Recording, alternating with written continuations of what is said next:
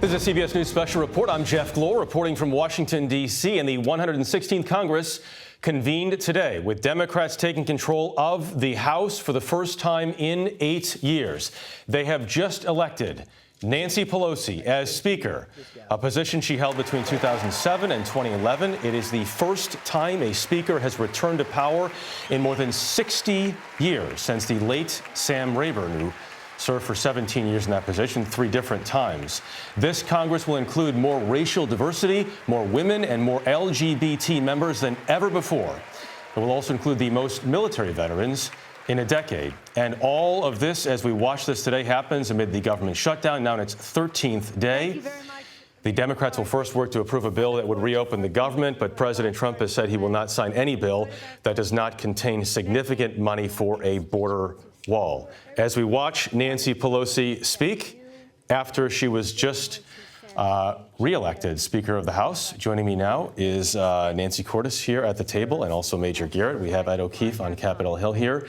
Nancy, big day on Capitol Hill, convulsive day on Capitol Hill. And we're already seeing the results of that. You heard Nancy Pelosi in her speech talk about some policy initiatives by the majority that we, frankly, didn't see in the last few years. She's talking about legislation to address climate change, legislation to address gun safety loopholes. These are the kinds of initiatives that you will now see now that there is Democratic control of the House for the first time in 8 years, and setting up a big battle royale, not just between the House and the president, but the House and the Senate. And not to mention activity to potentially investigate the president then, Major. Sure. And let's set the investigation idea across for just a second and look at the shutdown. This is an unusual situation. A new Congress sworn in the midst of a partial government shutdown. That's very new. And the White House perspective is now they can negotiate. Why didn't the White House really believe it could negotiate before this day? Because the president said Nancy Pelosi needs to get elected Speaker. Once she's elected Speaker, then she'll have flexibility. That's an assumption the White House has. I'm not sure it fits with the reality.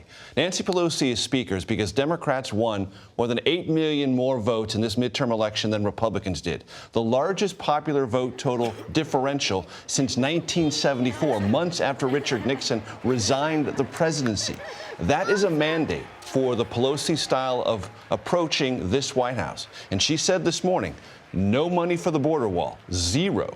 That's where we are. The White House thinks they can negotiate now, but Pelosi with her speakership is in a position of strength. And as we debate these enormous, serious, and heavy topics, it is also, we should mention, a joyous day on the Hill for both parties. Both parties. For all members, as the children join the newly elected Speaker of the House. There was that famous picture, you may remember, from 2007 when Nancy Pelosi was first elected. She was up there with, I think it was 5 grandkids at the time. She now has 9 grandkids, and looks like 5 children. There's, including, you see other grandchildren and other kids up there. We've been watching this whole, all of this today, and there's been many nods to the future, and you hear cries in the audience. Right? I mean, babies crying, not, you know. And one of the really notable things here is the fact that for the first time, there are more than 100 women in the House of Representatives. And a lot of these women are mothers of young children. You know, when Nancy Pelosi was first elected to Congress back in the early 90s, there were only 23 women in Congress. And she herself only went to Congress after her 5 children were grown and out of the House. That has changed. You've got a lot of young mothers who are here with their children, young fathers, of course, as well. But that really represents a sea change in Congress. And Major, I mean, there is a kinship among representatives and senators who were elected in the same year, no matter what you believe. No matter what your party is, one of the tightest bonds. Major, hold on. Let's watch Nancy Pelosi take her oath. Of course.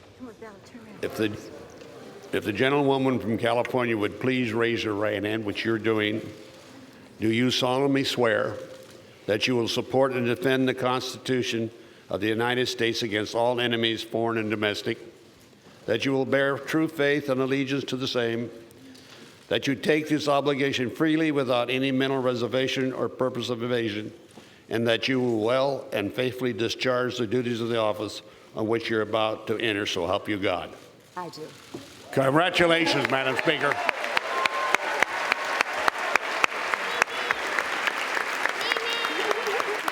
Okay, do what we've all been waiting for. Okay.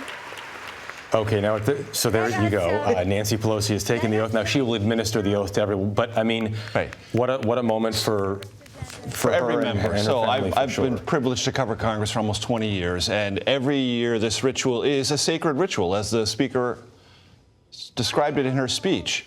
And every member of Congress, that first time you run, it's a huge decision, and running is always a risky proposition. When you run and win, that class that you're sworn in with, Republican or Democrat, becomes among your best friends, because it is such an indelible moment in your political career and in your life in Washington. So, for those members swearing themselves in or being sworn in for the first time, it is something they will never forget. And the bonds that they create with those that they see across the aisle coming in with them are real.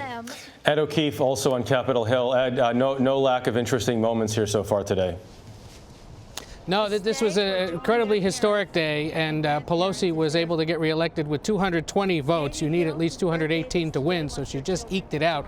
15 members of her caucus decided to vote for somebody else, a sign that there is at least some resistance to her historic leadership. The rules in the House are that anyone can be elected Speaker. Jeff, someone could have cast a vote for you today, but instead there were votes cast for people like the former Vice President, Joe Biden, or Congressman John Lewis of Georgia and Joe Kennedy III of Massachusetts. A sign from at least some Democrats that they were skittish about throwing their support behind a woman who was the subject of thousands of campaign ads this past election season and remains a deeply unpopular figure across the United States.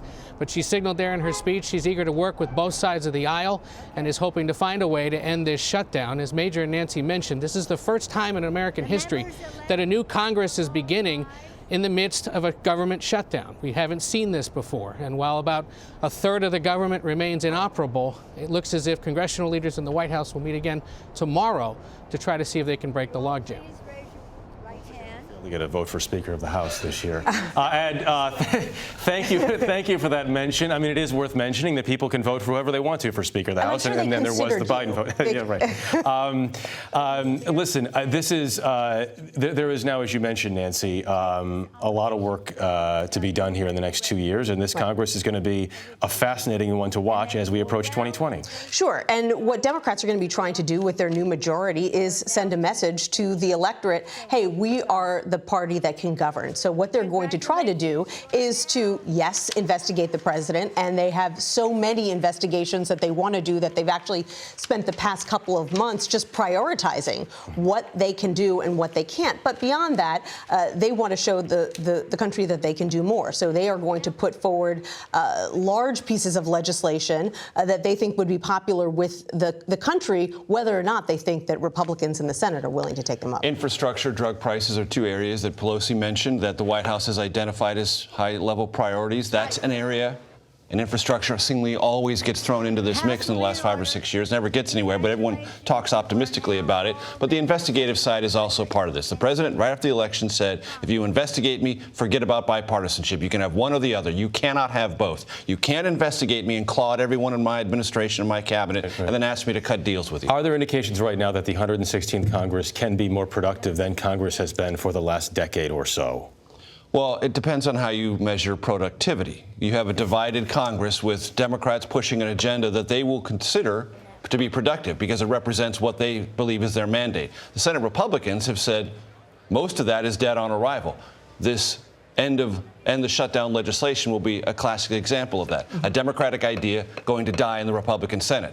Getting those two parts of Congress to talk to each other cooperatively will be the first agenda item. The last time we had divided government for 4 years in the early 2010s, 2011 to 2015, not much significant legislation got done. You had Republicans in control who did not want to give President Obama those legislative victories. This time around, you've got a president who wants to make his mark, and you've got House Democrats who want to notch some wins as well. So it's possible, although, it's going to be very difficult. They can't even get out of the gate reopening the government. They're going to have big problems. So potentially effort and compromise required on both sides. Yep. Total, as always. A shocking concept. Major Nancy, thank you very much. Also, Ed O'Keefe on Capitol Hill for us. Much more on this opening of the new Congress in your local news on this CBS station, on our 24-hour digital network, CBSN. And, of course, we will be back tonight with Nancy and a full wrap-up on the CBS Evening News. Until then, I'm Jeff Glor. CBS News in our Washington bureau.